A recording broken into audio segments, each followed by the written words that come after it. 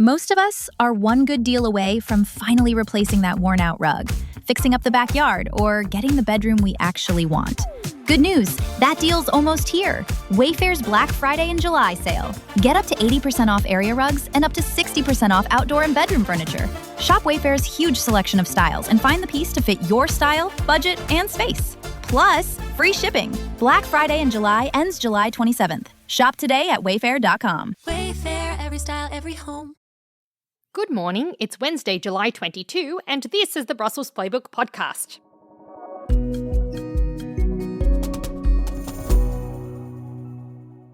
The vibe in Brussels today is difficult as ambassadors meet to clash over key elements in the EU's new sanctions package against Russia. Also on the pod, MEPs head to China as the European Parliament remains deadlocked over its position on Beijing. And as Christopher Nolan's The Odyssey hits cinemas, a Hollywood culture war is hitting Greece. I'm Zoya Shatalovich, and with me today is senior EU politics editor Ian Wishart. Hey, Ian. Good morning, Zoya. Did you have a nice day off? Ugh, lovely. Did you celebrate Belgium in all its glory? I celebrate Belgium in all its glory every day, but especially so yesterday. Glory be to Belgium. Long may it prosper. Good. Or at least not die of bankruptcy. Right, Ian. Ambassadors are meeting in Brussels today, and they're going to be poring over the legal text of this 21st package of sanctions against Russia. They seem to have been doing this for months. Oh, it's driving me absolutely bonkers. It has been in the works for so long, and basically what it comes down to now, where we're at, is this question of Greece. Greece is the one that's holding things up. But this is also our old friend of the podcast, Viktor Orban's problem, or his fault, because in the past he used to be blamed for holding up all these sanctions on Russia, and all the other EU member states used to say, no, it's Hungary's fault, they're blocking. They can't use that as an excuse anymore, can they? It's true. The spotlight has been shining on some of the countries that have been standing in the way on this 21st package of sanctions in particular, because it's the first one since Orban shuffled off the stage. And basically, so as I said, it's Greece right now that is the problem. They've got a problem with sanctions on liquefied natural gas. Well, it's not even itself the gas, it's the shipment of it. So there's a ban in this sanctions package on the shipment of Russian LNG. And what Athens is concerned about is basically it has a very thriving, lucrative shipping industry. And they do not want that shipping industry to suffer. And what they're saying is, look, two diplomats actually told our colleagues, the problem with this measure is that it might actually just mean that the same Russian gas still gets shipped around, just using differently flagged tankers, and we lose out with our industry, but Russia doesn't suffer at all. And I think it's interesting that one of the things that Greece wants in order to approve the sanctions is some kind of proof that this ban would hurt Russia more than it hurts Greece. Yeah. Which is fair enough, isn't it? Well, I mean, maybe yes, maybe no. I guess the question is, is it worth the pain? I think that's really more the question that is being asked among diplomats. And so what the other diplomats are saying is like, look, there have been plenty of our pet industries that have been hit in previous sanctions packages, and we've sort of taken it. We've absorbed the hit because we knew that this was worth doing. So Germany, for instance, used to rely on Russia for more than half of its gas imports before 2022. That has obviously taken a massive hit. That has costed a lot of money. It does just underscore this issue we talk about so many times of this podcast. You have 27 member states, all with different governments, all different parts of the political spectrum, all with their own national interests. And yes, they all come together as the EU and have this geopolitical imperative, but it's so difficult to put those domestic issues aside, because why would you? You've got your own voters to answer to. Yeah, and I think you can all kind of be a kumbaya around the European Council summit table when you've got Viktor Orban to take the heat for holding up the sanctions. Now I think what is being exposed are the various national interests that are being protected. So we know that earlier on in the piece there was this Austrian bank, the Raiffeisen Bank, that Austria was concerned about, basically wanting some compensation for expropriation of its assets in Russia. So that's one thing. That seems to have been resolved now. But even before then, this package had been watered down already, hadn't it? Yeah, I mean, there was a proposed ban on imports of Russian fish that's gone. And then France and Italy pushed to weaken some restrictions on granting visas to ex-Russian military personnel, which we've talked about on this podcast as well. But the big thing in this package that everyone is really worried about, particularly Ukraine's biggest backers in Denmark and Berlin, it's this proposal to freeze the price cap on Russian oil. Yeah, it's about keeping the oil price cap at $44 a barrel. Is that right? 44.10 a barrel. $44.10 a barrel. Yeah. And that is the current cap on Russian crude, but there's an adjustment mechanism in it, and the Commission essentially wants to say that, like, we freeze it some more. But this is where you get the link with the war in Iran, isn't it? Totally, because the reason why that adjustment mechanism is kind of being triggered right now is because there are rising oil prices because of the Hormuz Strait being closed. So this is all about Russia not benefiting from that. That's Russia right. not benefiting from the rise in the price of oil. Exactly, because that would be a huge boon. And I mean, what the Russians need is money. It's been widely reported the extent to which the various sanctions packages and also just other global affairs are affecting the Russian economy. We've seen lots of reports about the warnings that are being issued by the Russian central bank to Putin, et cetera, et cetera. So this is really a key thing to keep that oil price cap in place, to make sure that that Russian economy is squeezed, because it stops Putin from being able to draw out the war further and further. Anyway, we're talking about all this morning because despite all this wrangling, we do expect some approval today, don't we? We expect this could be the end of the story. Well, we hope so. Never say never, though, on another delay, but there is pressure because they do want to get this oil price cap across the line soon, because it's nominally, they were actually already meant to do it. The deadline for it has passed, but the Commission has kind of extended it a little bit. But it is an important one for them to do quickly. It also includes loads more people banned from entering the EU, doesn't it? 250 people. That's right. That's right. Traveling here. Connected to the war effort in Russia. Yeah. And banks that are being sanctioned, vessels that are linked to oil smuggling. So there's lots of stuff in this sanctions package that's important. Okay, well, if they can do that today, they can then turn on to the 22nd round of sanctions and we can have this conversation all over again. I'm looking forward to it. Zoya, do you want to talk about this interesting visit to China? I bloody well do. So there are 8 MEPs from the European Parliament's Foreign Affairs Committee who headed over to China yesterday for this visit. And it's quite significant because there haven't been too many of these visits in quite a few years, because the European Parliament has been in a stoush with Beijing over critical language towards Beijing over the Uyghur situation. But now that has changed a little bit. There is a renewed contact, shall we say, with China.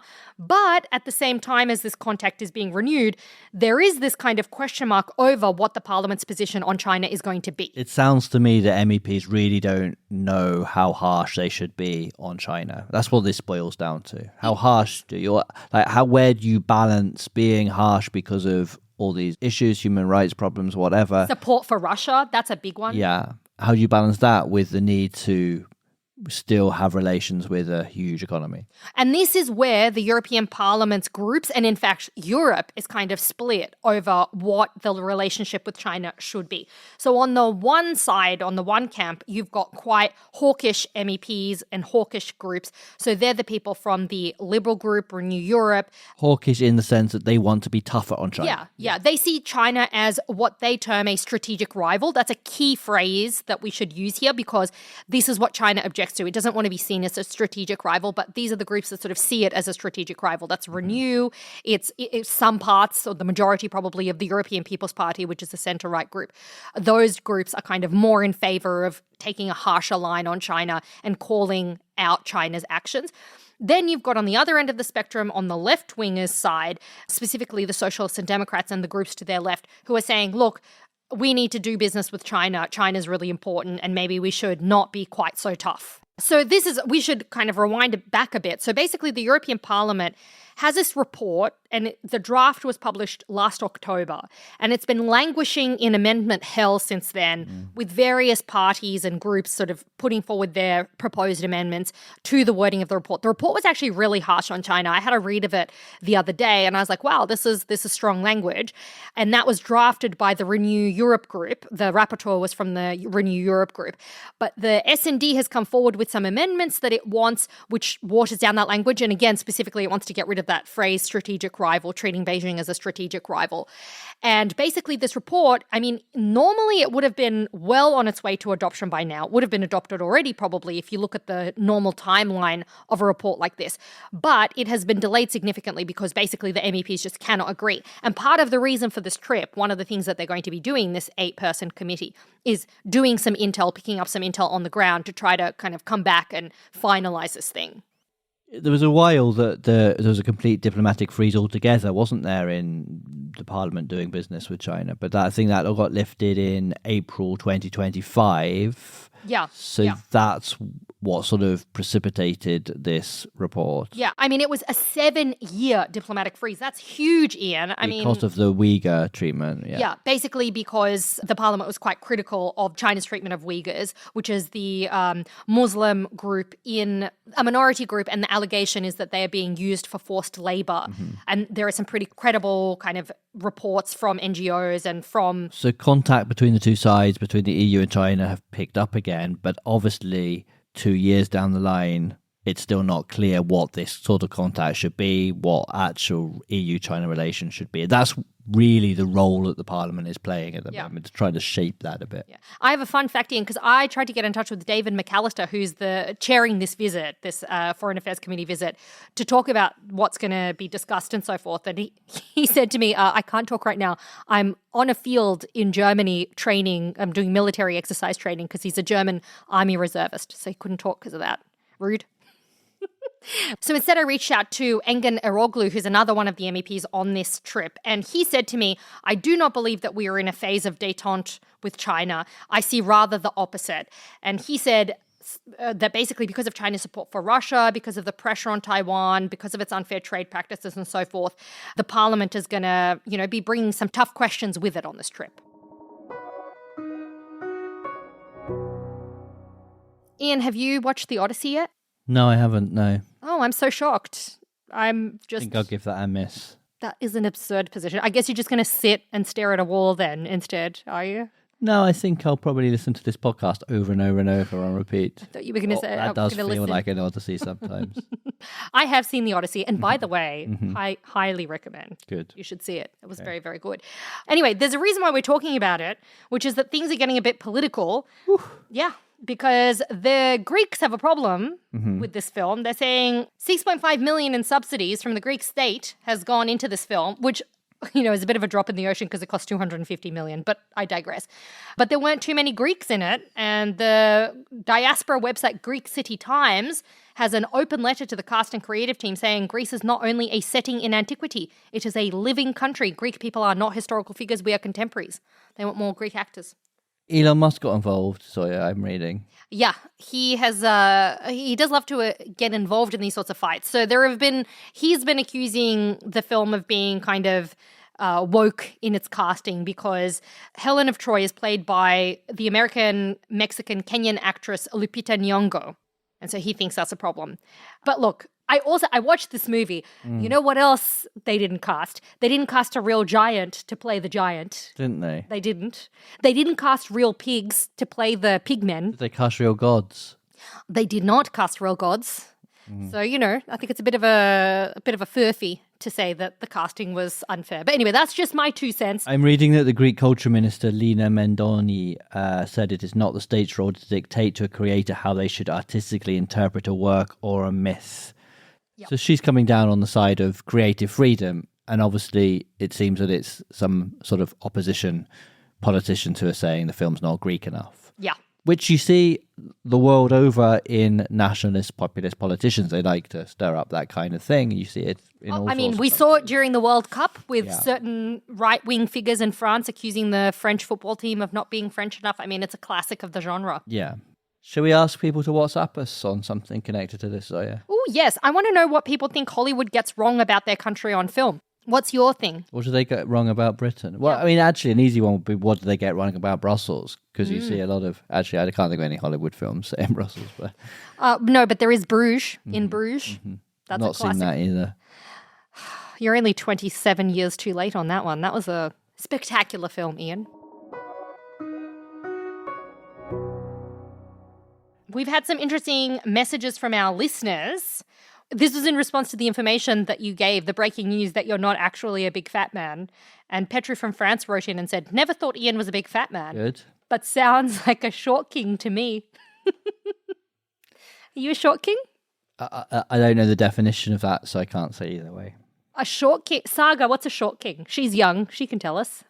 This is controversial. Maybe under 165 centimeters. I only But, go, like, by, what's I an only go by feet example? and inches, I'm What's an afraid. example of a short king? I mean, Tom Cruise is quite famously Oh, short. my short king is Volodymyr Zelensky. That's the one I think of. And Daniel Radcliffe. Antonio Costa is also very short. Oh, another short king. What's the difference Ian, between short and a short king? short king energy, baby. You wear it with pride. Yeah, but just be clear, I'm not. Should we get the tape measure out? And also, a listener just sent us a link with the note where Ian was hiding. I haven't seen this before. So they've sent us a link to this, Ian, and the headline is New Monkey Species with Orange Lips Found Hiding in DR Congo Forest. This podcast is getting very strange, and I seem to be the victim. I think you can put the link to that photograph in the show notes, and Yeah. we'll see a monkey with orange lips. And I don't think that looks like me either. It looks exactly like you. You have literally the same hair. What are you talking about? This is your hairstyle. I'm beginning to think there's some bullying going on here. I need to take this up with, With HR? yeah. We say it with love, Ian. All right, folks, that's it from us today. I will be back with you tomorrow.